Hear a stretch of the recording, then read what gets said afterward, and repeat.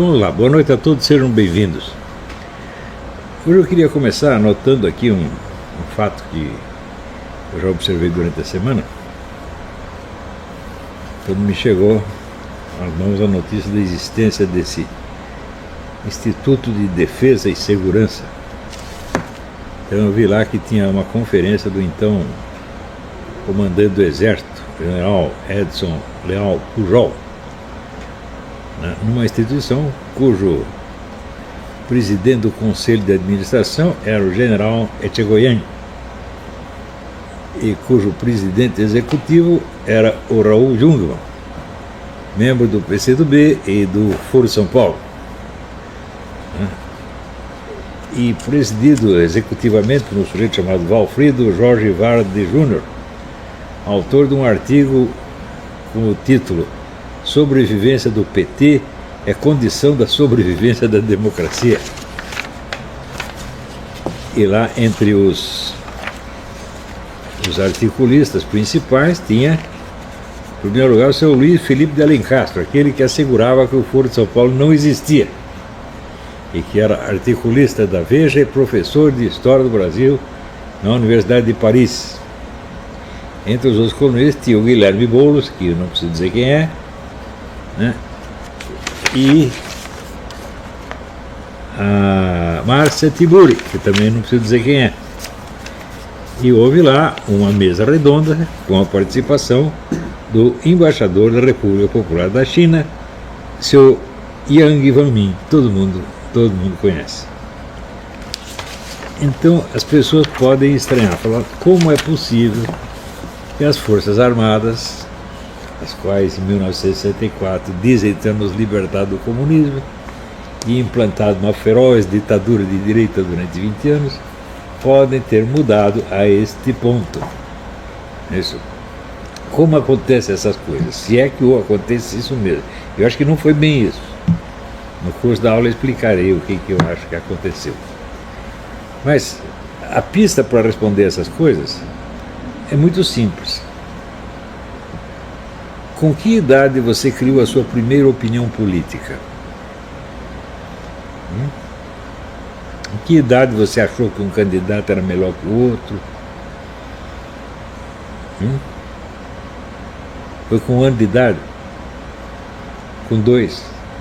Com 3? 4, 5, 6, 7, 8, 9, 10?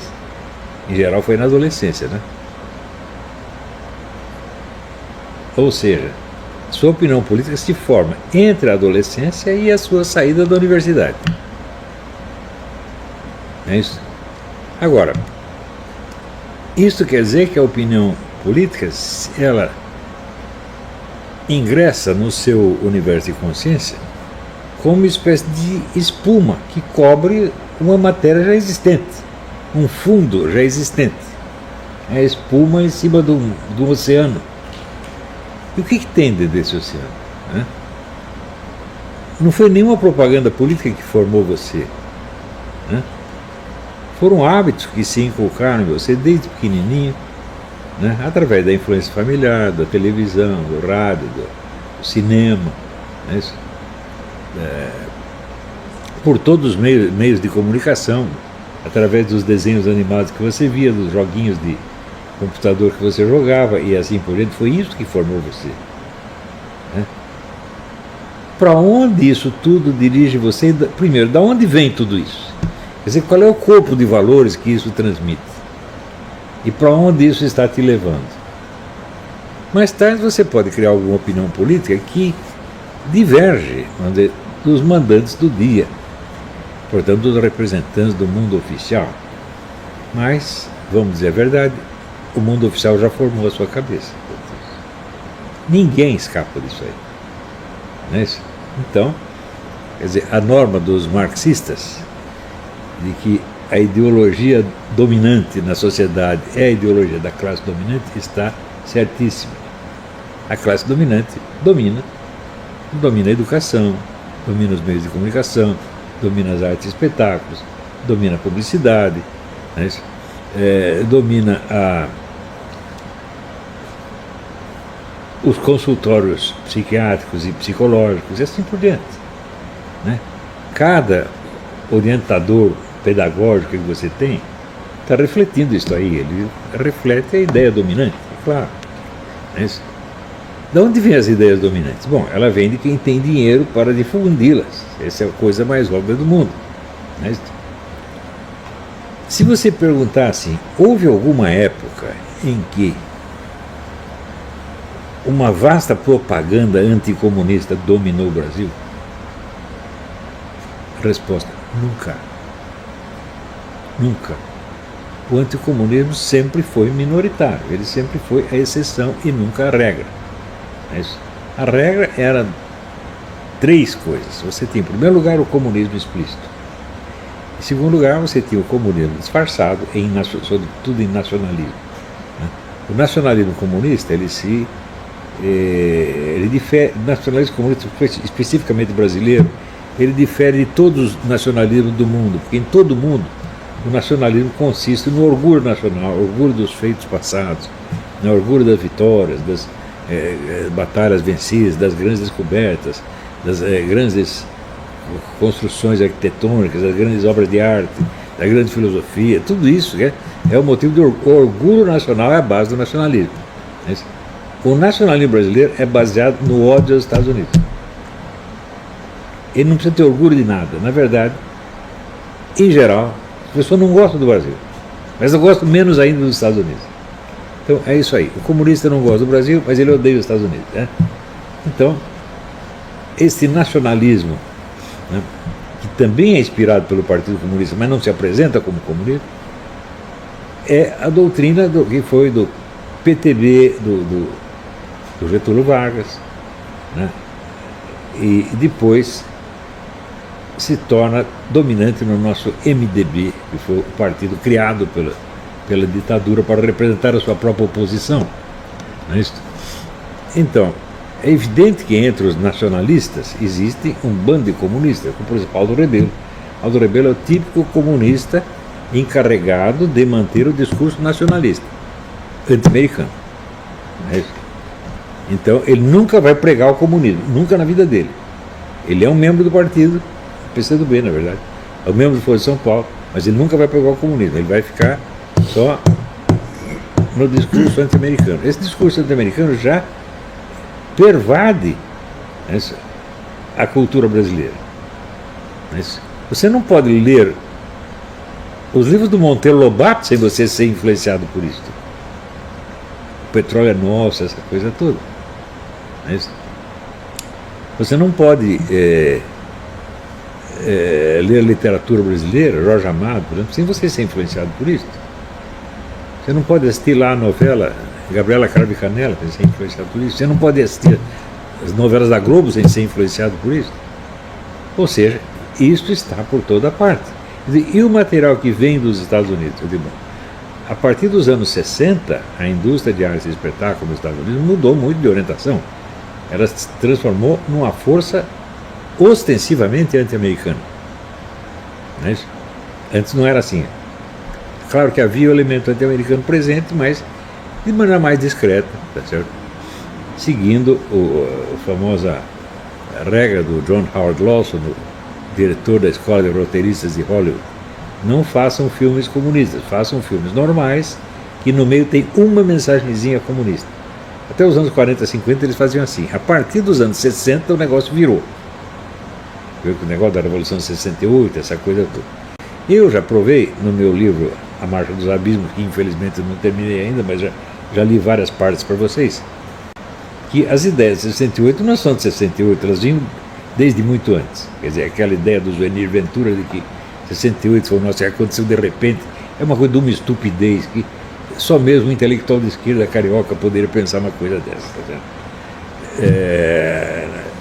As ideias de 68 vêm de muitas origens. Não é isso? Uma delas, já expliquei para você, não tem nada a ver com o comunismo, da escola tradicionalista do René Guénon. Quer dizer, a superioridade do Oriente, superioridade da civilização oriental. Toda essa besteira veio com os guénonianos. Né?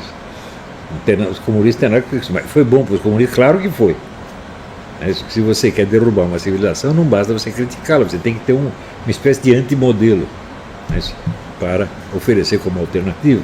Então o antimodelo é a Índia, a China, né, as tribos indígenas, etc, etc, etc. Né? Tudo isso esta é a verdadeira civilização. O Ocidente é, como dizia o Guénon, é apenas uma deformidade acidental. Então, eu não acredito que alguém na esquerda tenha dado uma ajuda mais substantiva para o movimento comunista do que o René Guénon. Claro que ele não era comunista, odiava o comunismo, mas a vida não é como a gente desejaria, né? Ou seja, você ser capaz de controlar os efeitos das suas palavras e das suas obras é uma capacidade muito limitada, que até os grandes gênios têm isso de maneira, como é que se diz, em dose muito pequena. Né?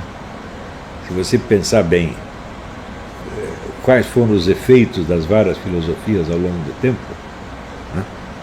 Você vai ver, por exemplo, que Aristóteles, o homem mais inteligente da antiguidade, ele só veio a exercer uma influência efetiva 1.600 anos depois da sua morte. Será que ele esperava isso? Claro. Em lugar que ele nem conhecia. Né? Se você falasse para Aristóteles, você vai influenciar os caras na Universidade de Paris. Ele diz: o que é isso? Onde fica esse tal de Paris? É isso? Então, isso quer dizer que o destino do aristotelismo foi imprevisível para o próprio Aristóteles. Do platonismo, é a mesma coisa. Né? O destino do marxismo, né? Se você dissesse para o Karl Marx, daqui 150 anos, você vai ser a grande força intelectual por trás dos grandes capitalistas. Você vai dar um reforço para eles que eles pediram ao demônio dia e noite e foi você que deu. Ele ia acreditar, claro que não, ele não poderia jamais prever isso. Aliás, né, lendo a biografia de Karl Marx, essa aqui é a 20ª biografia de Karl Marx que eu estou lendo, né, do Robert Paine, você vê que Karl Marx nunca acertava previsão nenhuma. Essa é a característica principal dele. Tudo que ele achava que ia acontecer não acontecia, aconteceu o contrário. E o pessoal ainda continua estudando e esperando que ele diga o que vai acontecer no futuro. Né? Tem até livros saindo tentando restaurar, né? Karl Marx. Não, Karl Marx no fundo tinha razão. O problema é que tão no fundo que você não consegue encontrar. Né? Então, muito bem. É difícil você prever essas coisas, está certo? Então, se você dissesse para o René Guénon: olha, tudo que você está dizendo vai dar um reforço tremendo para a esquerda radical americana. E, portanto, para o governo comunista da China, porque o Guénon acreditava que a China jamais seria comunista. Ele acreditava que a espiritualidade chinesa era forte demais, que prova que ele jamais esteve na China. Então, mas o fato é que isso aconteceu. Então, isso eu estou dando só esse exemplo para mostrar como são antigas as ideias de 1968. Não tem nenhuma ideia nova ali. Mas eram ideias que circulavam em pequenos grupos de intelectuais. Só no 68 que elas se tornaram um movimento de massa. Um desses movimentos de massa foi o anti-ocidentalismo nas artes e espetáculos. Não é isso? Então, nós estamos acostumados, né, com essa ideia de que os índios são todos sábios, cada índio é um novo Platão. Não é isso?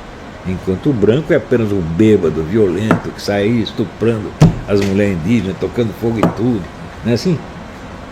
Então, essa ideia já se incorporou, é normal. Nós temos isso no sangue, nós não, que eu sou de uma geração anterior. Né? Mas vocês que entraram no mundo, né, a partir, né, dos anos 60, 70, 80, vocês receberam injeções disso dia e noite. Você pode dizer: mas eu sou conservador. Eu falo: você não é conservador coisíssima nenhuma, meu filho. Você tem opiniões políticas conservadoras. Né? E o fundo da sua alma é conservador? Claro que não. Para fazer isso, você precisaria fazer uma psicanálise, precisaria fazer uma análise de profundidade. Olha, todas essas pessoas que estão aí dando palpite, falando, né, combatendo o esquerdismo, né, falando contra o governo da Venezuela, falando contra Cuba, você acha que elas fizeram isso? Está brincando comigo, pô? Eu sei que não, por quê? Porque eu fiz, e levou 40 anos. né?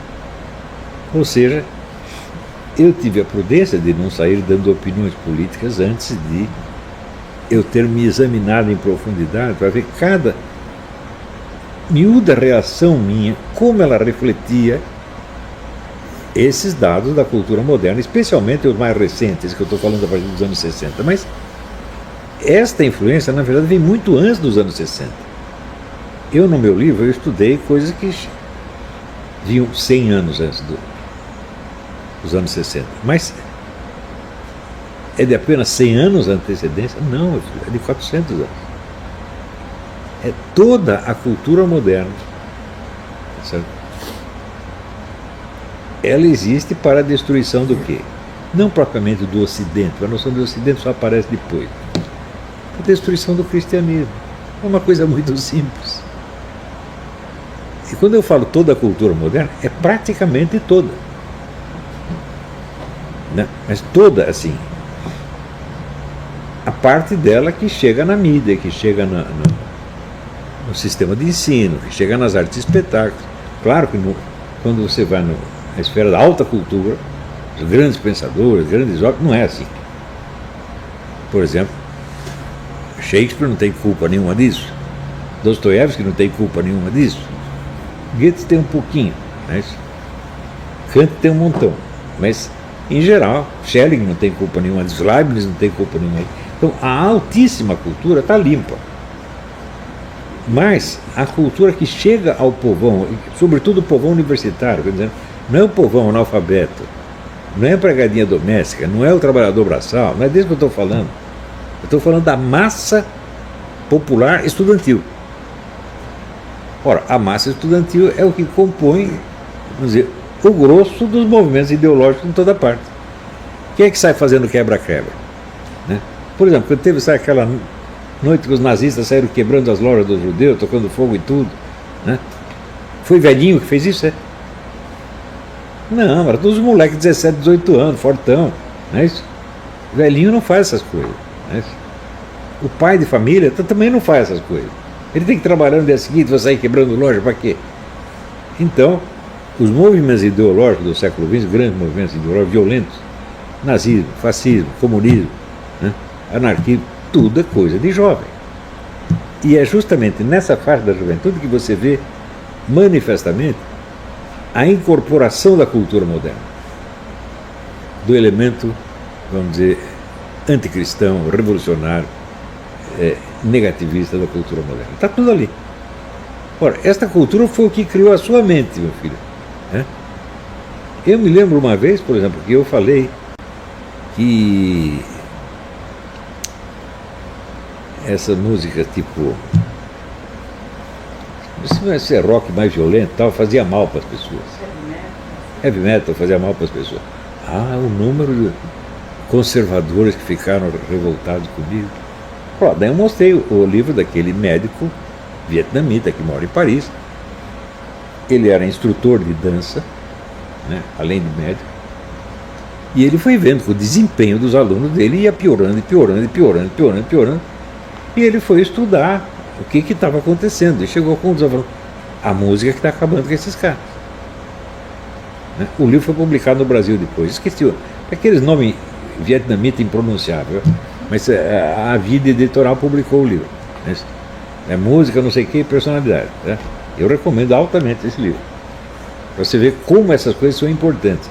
Ou seja, o indivíduo não percebe que o estilo de música que ele está acostumado neutraliza as melhores opiniões políticas dele. Porque ele tem aquelas opiniões políticas no que diz respeito à política.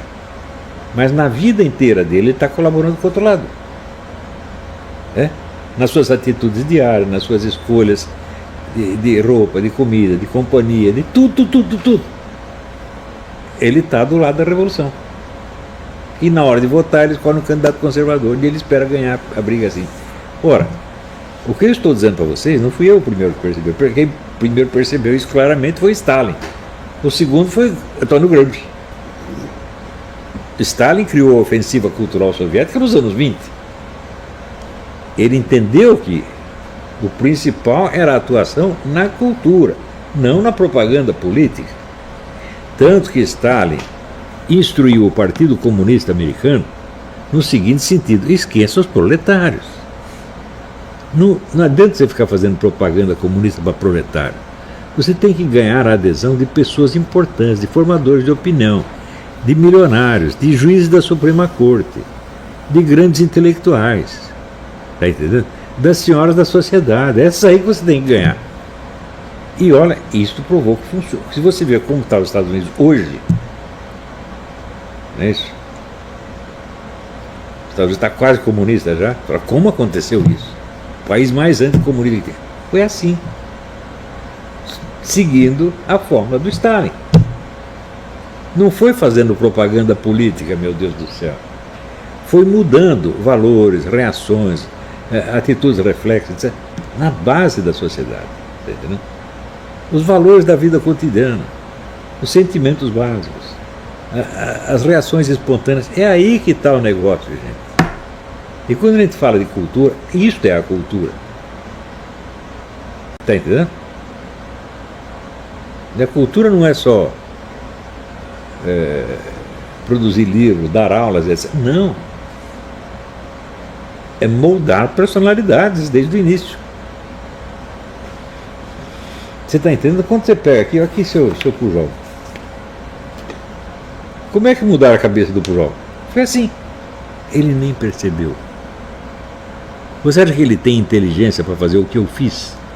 Um autoexame aprofundado, dizer como essas atitudes entraram dentro de mim sem eu perceber. 100 vidas que ele vivesse, ele não teria capacidade para fazer isso.